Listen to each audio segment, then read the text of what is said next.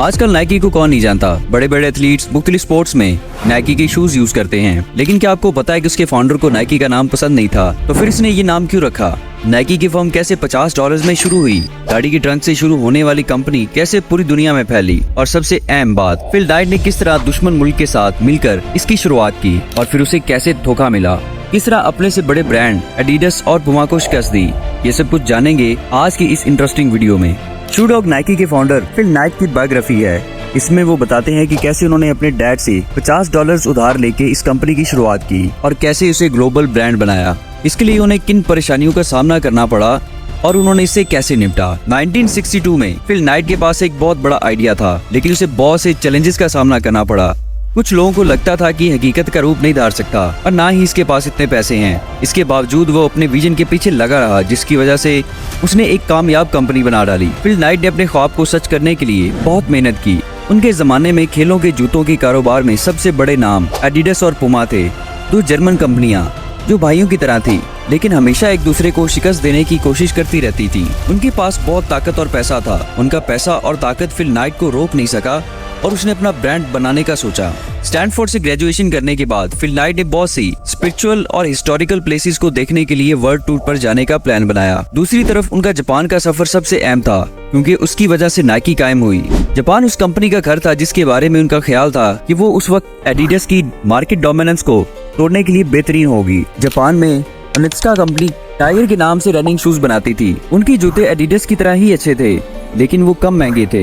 इस बात की बुनियाद पे कि किस तरह जापानी कंपनियों ने जर्मन कैमरा कंपनियों पर कब्जा कर लिया था, फिल नाइट ने एक लेटर लिखा जिसमें कहा गया कि जूतों के कारोबार में भी किया जा सकता है। वो इस बड़ी तब्दीली को लाने के लिए तैयार थे। फिल नाइट को ट्रिप के लिए पैसों की जरूरत थी। इसके लिए उसने अपनी कार बेच दी, लेकिन अभी भी ये पैसे काफी नहीं थे। बाकी पैसे जमा करने में उसके डैड ने उसकी मदद की। फिर उसने स्टैनफोर्ड के एक दोस्त कार्टर को अपने साथ सफर पर जाने के लिए राजी किया, क्योंकि उन दोनों के दरमियान बहुत कुछ कॉमन था। जैसे ही वो अपने पहले स्टॉप हवाई के लिए निकले, फिल नाइट कुछ देर के लिए अपने ख्वाब की नजर से महरूम हो गया।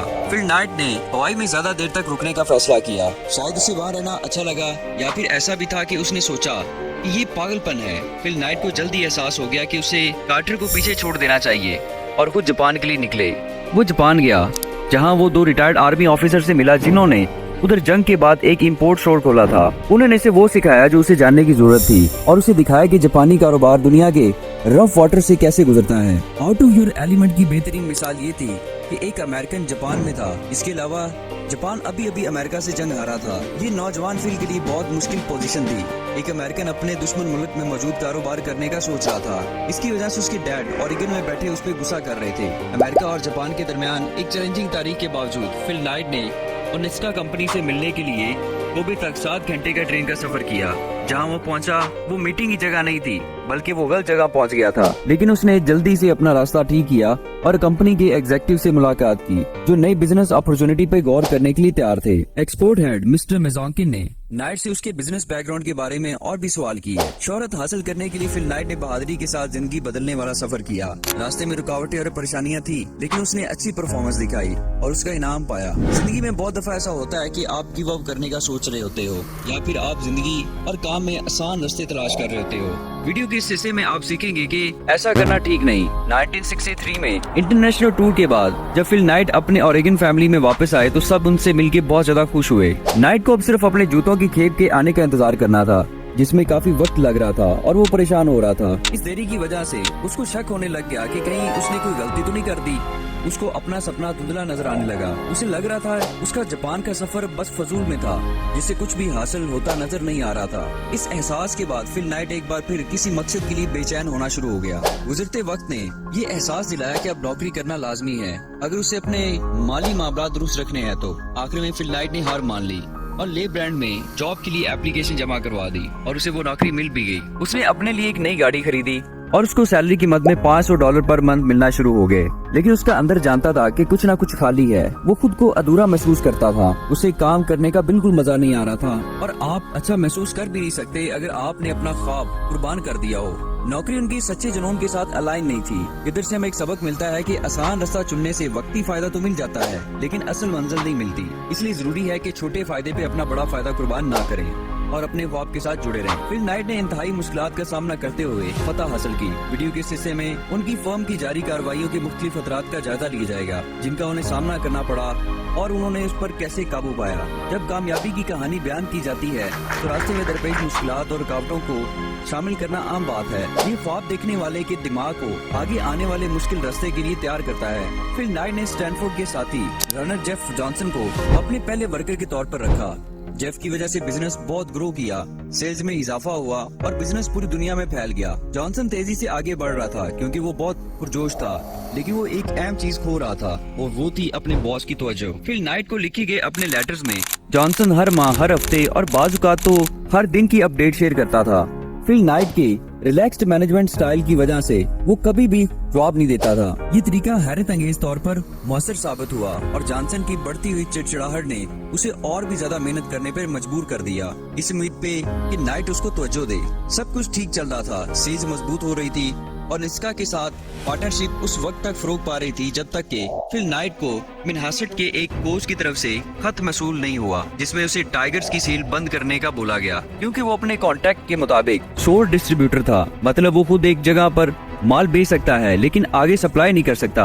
उसने दोबारा अपने जापानी साथियों की तरफ से धोखाधड़ी महसूस की और चीजों को हल करने की कोशिश की और निस्का ने उसकी लिखी गई एप्लीकेशंस को इग्नोर कर दिया था। फिल नाइट ने महसूस किया कि उसे खुद उस मसले को संभालने की जरूरत है। इसका बेहतरीन हल यही था वो खुद जाके उनसे बात करे। फिल नाइट ने उसकी जड़ को पकड़ा और मामला ठीक करने की कोशिश की।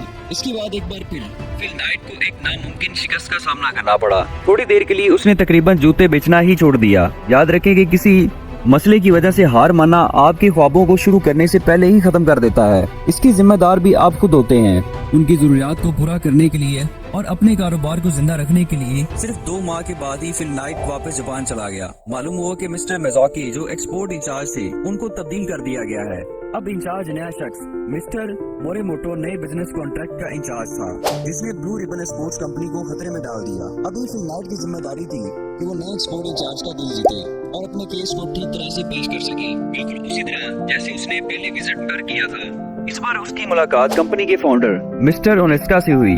ख्वाब देखना और उनको पूरा कर लेने तक सुकून से ना बैठना, इस चीज ने मिस्टर ओनेस्टा को बहुत मुतासिर किया और उसी वजह से फिल नाइट की ब्लू रिबन को 50 वेस्टर्न कंट्रीज में बिजनेस करने की इजाजत दे दी गई। फिल नाइट ने एक और फतह अपने नाम की क्योंकि उसने हार मानने से इनकार कर दिया था। ये बहुत से लोगों के लिए एक सबक है।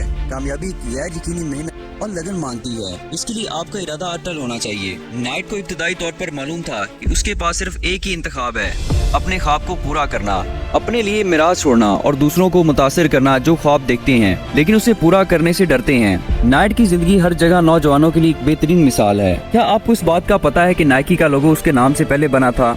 नाइकी एक यूनानी वर्ड है जिसका मतलब है गुडनेस ऑफ विक्ट्री।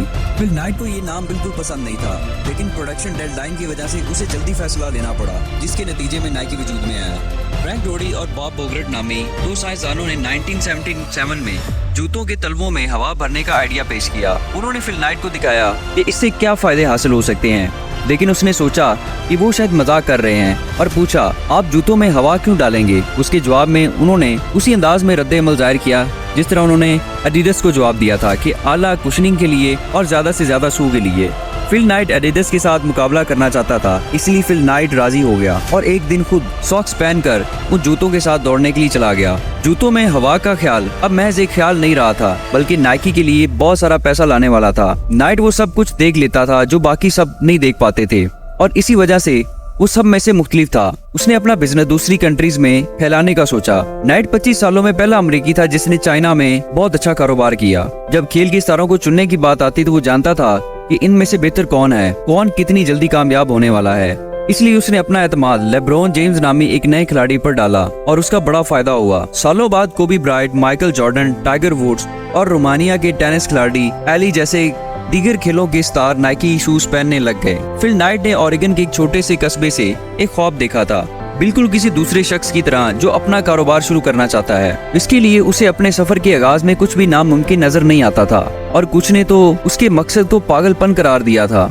लेकिन उसे खुद पर और अपने ख्वाब पर पूरा यकीन था और उसे अपने खानदान की हिमायत भी हासिल थी। इससे हम जो कुछ सीख सकते हैं वो ये है कि कभी भी अपने ख्वाबों से पीछे ना हटें, यहाँ तक कि सख्त रेजिस्टेंस या अट्रैक्टिव डिस्ट्रैक्शंस भी सामने आ जाएं। फिल नाइट ने यही किया। उसकी कहानी ख्वाब देखने वालों की फतह है। मुझे उम्मीद है आपको हमारी ये बायोग्राफी बहुत पसंद आई होगी और इससे आपको बहुत कुछ सीखने को मिला होगा। अगर आपको हमारा कंटेंट अच्छा लगा तो अपने दोस्तों के साथ लाजमी शेयर करें। इस वीडियो के बारे में अपनी कीमती राय से हमें जरूर आगाह करें और अगर आप किसी किताब की समरी देखना या सुनना चाहते हैं तो हमें कमेंट सेक्शन में लाजमी बताएं। Thank you for watching basis best solutions in a short time.